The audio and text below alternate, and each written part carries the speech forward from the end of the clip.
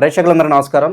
ఈరోజు మన స్టూడియోలో ప్రముఖ తంత్ర జ్యోతిష్యులు, జ్యోతిష రత్న, జ్యోతిష సామ్రాట్ చింతా రుక్మాన్ గదరావు గారు మనతో ఉన్నారు. గురుగారితో మాట్లాడేద్దాం. నమస్కారం గురుగారు. మాతృదేవోభవ, పితృదేవోభవ, ఆచార్య దేవోభవ. గురుగారు, జూలై మాసం 2025 మేషరాశి వారి పరిస్థితి ఏ విధంగా ఉండబోతుంది? ఏళ్ళనాడు శని ప్రారంభమై 2 నెలలు అవుతుంది. సో మరి ఆ ప్రభావం ఈ నెల ఏమన్నా కనిపిస్తుందా? పాజిటివ్ ఉంటుందా, నెగిటివ్ ఉంటుందా? ఓవరాల్గా ఎలాంటి జాగ్రత్తలు తీసుకోవాలి మేషరాశి వాళ్ళు? 2025 జూలై నెల మేషరాశి వాళ్ళకు ఎటువంటి గ్రహస్థితి ఉందనుకుంటే, శనిగ్రహము వక్రించి కుంభరాశి వైపు ప్రభావం చూపిస్తుంది. అది లాభరాశి వైపు. అది కొంచెం మంచిదే. ఎందుకంటే బాధకాధిపతి శనేశ్వరుడు వీళ్ళకు. బాధకాధిపతి వక్రించడం మంచిది. అందులో వ్యయ స్థానంలో వక్రించడం ఇంకా మంచిది. అదొక ప్లస్ పాయింట్. కాస్త విరామం వీళ్ళకు శనేశ్వరుడు యొక్క తాకడ నుంచి. అదేవిధంగా మేషరాశి వాళ్ళకు 3వ ఇంట్లో గురువు ఉండడము, వీళ్ళ యొక్క ప్రయత్నాలు సక్సెస్ అయ్యేదానికి అవకాశాలు ఎక్కువ. అంటే ప్రయత్నం అన్న స్థానంలో గురువు ఉన్నాడు. గురువు భాగ్యాధిపతి. భాగ్యాధిపతి ప్రయత్నం అని ఉన్నప్పుడు చేస్తున్న ప్రయత్నాలు సక్సెస్ అవుతాయి. బాధించే గ్రహం వక్రించడము, ప్రయత్నించే స్థానంలో గురువు ఉండడము మంచిది. ద్వితీయ స్థానంలో శుక్రుడు ఉన్నాడు, సొంత ఇంట్లో ఉన్నాడు. శుక్రుడు సొంత ఇంట్లో ఉండడం మంచిదే. కుటుంబం అంటే మంచి తిండి, మాట, బ్యాంక్ పాస్బుక్, డబ్బులు, కుటుంబం అంతా వస్తుంది. అక్కడ శుక్రుడు ఉండడం మంచిదే. అదేవిధంగా లాభస్థానంలో రాహు ఉన్నాడు. ఇది ఇంకా మంచిది. లాభంలో రాహు ఉండడం అంటే నెట్వర్క్ పెరుగుతుంది, సర్కిల్ పెరుగుతుంది. పంచమంలో కేతు ఉన్నాడు కాబట్టి కులదేవత ఆరాధన ఖచ్చితంగా చేయాలి.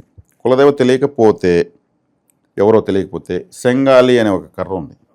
ఈ శంగాలి అంటే ఎరుపుగా ఉన్న కాళికాదేవి అని అర్థం. ఆ కర్రను తెప్పించుకుని అదే కులదేవతగా భావించి ఆరాధించడం, లేక కొబ్బరికాయో, అటుకులో, బెల్లము, కలకండో ఏదో నైవేద్యం, సహజసిద్ధంగా నైవేద్యం పెట్టి ఆరాధించడం వల్ల కులదేవత అనుగ్రహం వస్తుంది. కాబట్టి సానుకూలమైన గ్రహస్థితి మాత్రం ఉంది. ఏలినాడు ప్రభావం ప్రస్తుతానికి అయితే కొద్ది రోజుల పాటు వీళ్ళని బాధించదు. వ్యయస్థానంలో శని రావడం కూడా, ఒకవేళ ఏలినాడు ఉంది అనుకుందాము, ఏలినాడు ఉంటే కూడా వీళ్ళకి పెద్దగా ఏమీ ప్రస్తుతానికి ఎఫెక్ట్ లేదు. ఎందుకంటే శనేశ్వరుడు వ్యయంలో పడ్డాడు, జలరాశిలో పడ్డాడు, అన్కంఫర్ట్గా ఉన్నాడు. వీళ్ళని బాధించాలని గ్రహం అన్కంఫర్ట్గా ఉంది. దానికి హ్యాపీగా ఫీల్ అవ్వాలి. వీళ్ళ జన్మంలోకి వచ్చినప్పుడు నీచబడిపోతాడు. మేషంలో శని నీచబడతాడు అంటే శక్తిని కోల్పోతాడు. కాకపోతే వీళ్ళు అప్పుడు కూడా అన్కంఫర్ట్గా ఉంటారు, కానీ పనులు జరిపించుకోగలుగుతారు. అతను వచ్చి ఏమయ్యాడు, ఇరుక్కున్నాడు. శత్రు రాశి శనేశ్వరుడికి మేషం శత్రు రాశి. ఇప్పుడు మీ కానవాళ్ళ ఇంట్లో వెళ్ళి మీరు కంఫర్ట్గా ఉంటారా? మిత్రుడి ఇంట్లో బాగుంటారు, మీ ఇంట్లో బాగుంటారు. కానవాడి ఇంట్లో ఎట్టుంటారు? జన్మంలోకి వచ్చినప్పుడు శనేశ్వరుడు శత్రు రాశిలోకి ఎంటర్ అవుతాడు, అన్కంఫర్ట్గా ఉంటాడు, ఏం చేయాలన్నా చేయలేడు. ఈ నక్షత్రం వలన కొంచెం అనీజీగా ఉంటుంది, కానీ జన్మంలోకి వచ్చినప్పుడు కూడా ఏమి కాదు. ద్వితీయంలోకి వెళ్ళినప్పుడు మిత్ర రాశిలోకి వెళ్తాడు, వృషభ రాశిలోకి. అంటే వీళ్ళకి థర్డ్ ఫేజ్ డేంజర్ మేషరాశి వాళ్ళకు. ఈ ఫస్ట్ ఫేజ్, సెకండ్ ఫేజ్ వీళ్ళకు ఏదో ఆ వీడియో ఈ వీడియో చూసి గందరగోళం మనకేదో జరిగిపోతున్న భయానికి రావాలి, కానీ ఇది వీళ్ళ పరిస్థితి. కాబట్టి ఏలినాడు శని వీళ్ళకు థర్డ్ ఫేజు పరిహారం చేసుకోవాలి. థర్డ్ ఫేజ్ పరిహారం చేసుకుంటే ఏం చేయాలి? కాపలా దేవతలను ఆరాధించాలి. కాపలా దేవతలు ఎవరు? కాలభైరవుడు, వారాహిమాత, ఇట్లాంటి దేవతలు, వీరభద్రుడు, ఇటువంటి దేవతలు. ఇటువంటి కాపలా దేవతలను ఆరాధించడం వల్ల శనేశ్వరుడు నియంత్రించబడతాడు. వృషభంలో శనేశ్వరుడు బలంగా ఉంటాడు. వృషభ రాశికి భాగ్యాధిపతి కాబట్టి, మేషానికి ద్వితీయం అవుతుంది కాబట్టి డబ్బుల పరంగా నష్టాలపై నష్టాలు ఇచ్చేస్తాడు. కాబట్టి ఇది నేనేం చెప్తున్నానంటే, వీళ్లకు ఏదో మేషరాశి వాళ్ళకు మసిబూసి మారాడిగా చేసే విధానం కాదు. మేషంలో నీచ పొందుతాడు, కొట్టు చూసుకోవచ్చు.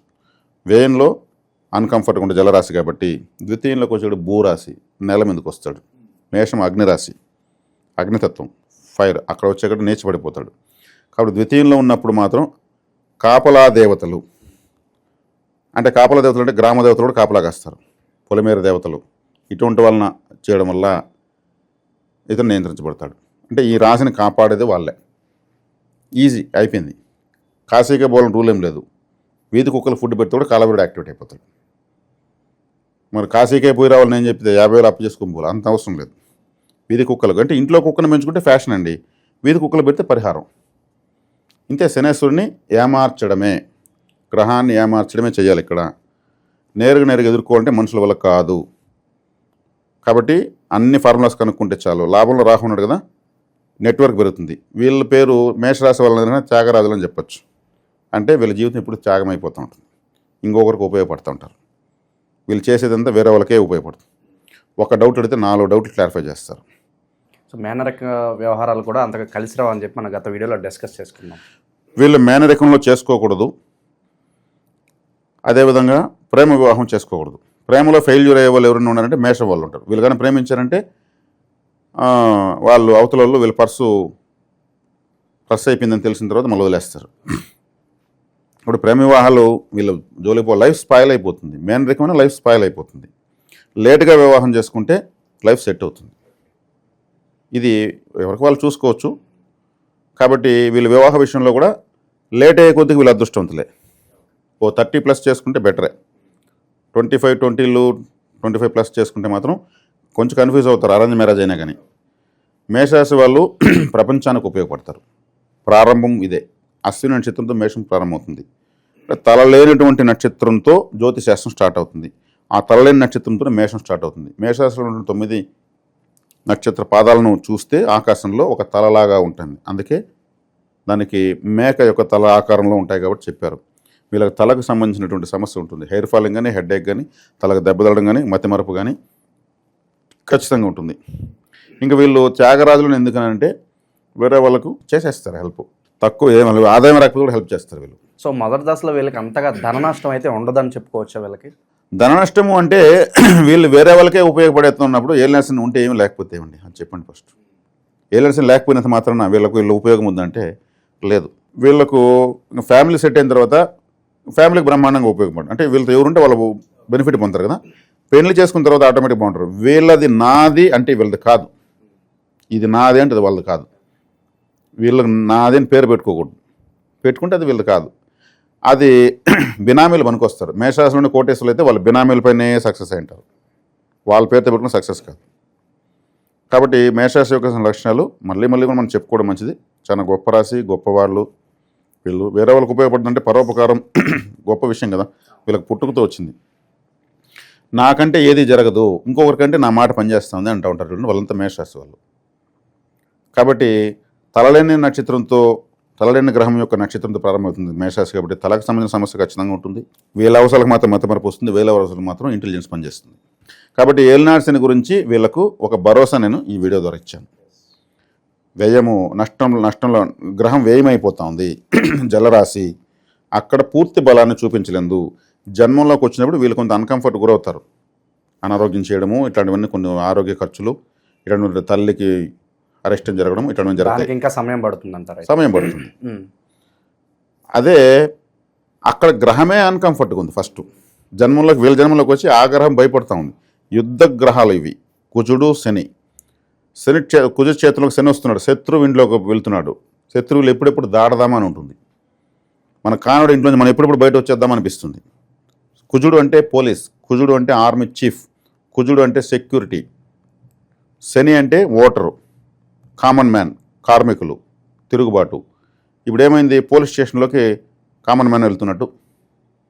అప్పుడు ఏమవుతుంది, ఆడ ఉంటే కంఫర్ట్గా టీ తాగుతారా, కాఫీ తాగుతారా? భయంగానే ఉంటుంది. 2.5 years ఉంటాడు. ఈ 2.5 years ఎప్పుడు రావుతుంది స్వామి అని ఉంటుంది గ్రహానికి. సైకాలజీని ఆలోచించి మనం జ్యోతిషశాస్త్రం మాట్లాడుతున్నాం. ఆడ శని గంతులు వేసేది ఎగిరేదేం లేదు, రివర్స్ అవుతాడు అప్పుడప్పుడు 5 నెలలు, సంవత్సరానికి ఒకసారి. అప్పుడు బలం పెరుగుతుంది.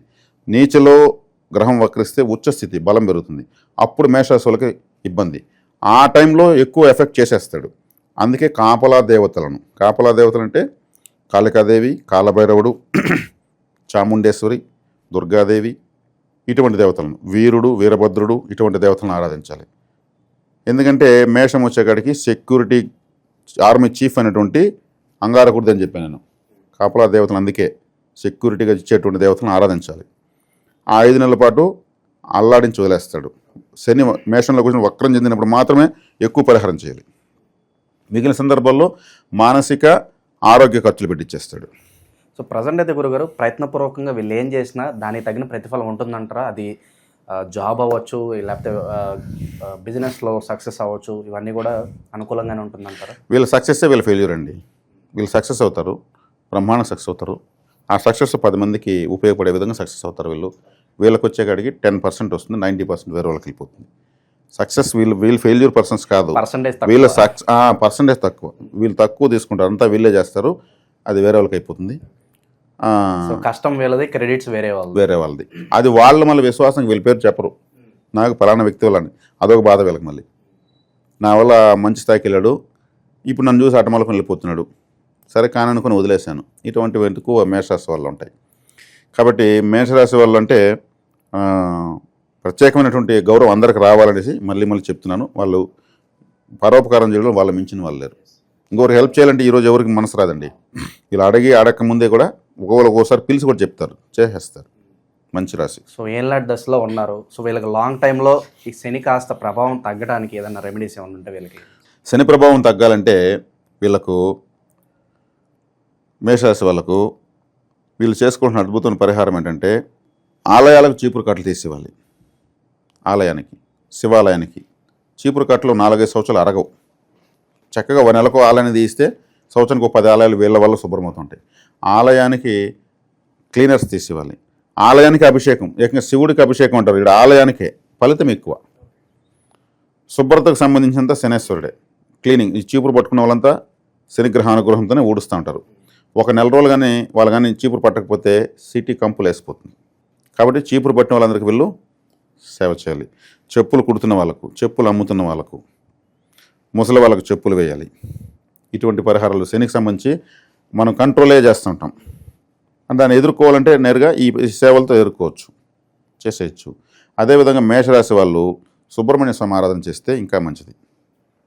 ఆయన అంగారకుడికి, ఎవరైతే ఆర్మీ చీఫ్ అన్నానో ఆయనకి బాస్ ఆయన సుబ్రహ్మణ్యుడు. ఆయన కూడా ఒక శత్రు రోగ రుణకారకుడు.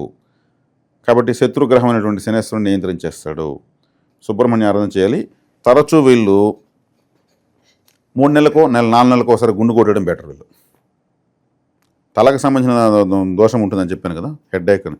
అదే ఆ దోషాన్ని వీళ్ళ యొక్క సౌందర్యం, కేసు సౌందర్యాన్ని రిమూవ్ చేస్తూ ఉంటే కూడా వీళ్ళకి అప్పులు పెరగవు. ఒకేసారి 4 ప్రాజెక్టులు కదా 100 ప్రాజెక్టులు చేస్తారు వీళ్ళు, డీల్ చేస్తారు.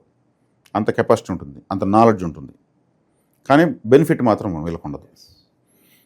వీళ్ళని కానీ పక్కన పెట్టుకుంటే ఒక రాజకీయ నాయకుడు ఏడో వెళ్ళిపోతాడు, ఒక వ్యాపారస్తుడు, ఒక కంపెనీలు చేరారనుకో మేషరాశి వాళ్ళు, వీళ్ళకు 10,000 ఇస్తే ₹1,00,000 పనిచేసి పెడతారు. 1,00,000 ఇస్తే ₹1,00,00,000 పనిచేసి పెడతారు. కంపెనీకి డెవలప్ కావాలంటే ఏం కావాలని వీళ్ళే ఆలోచించి సలహాలు ఇస్తారు. దానికి వాళ్ళు ఏమి ఇవ్వరు. ఒక్కొక్కసారి వీళ్ళని బయట పంపించేస్తారు. కొంతమంది నచ్చదు. నీకు ఇచ్చిన డ్యూటీ నువ్వు చేయమంటే కంపెనీ ఇలా చేసుకుని డెవలప్ అవుతుంది, అలా చేసుకుని డెవలప్ అవుతుంది, వాళ్ళు ఈగో హట్ అవుతుంది, మాకే సలహాలు ఇస్తాను, బయట పంపించేస్తారు. వీళ్ళు అలా చూసి బయట వచ్చి సొంతంగా వీళ్ళు ఏదైనా చేసుకునే దానికి వస్తారు.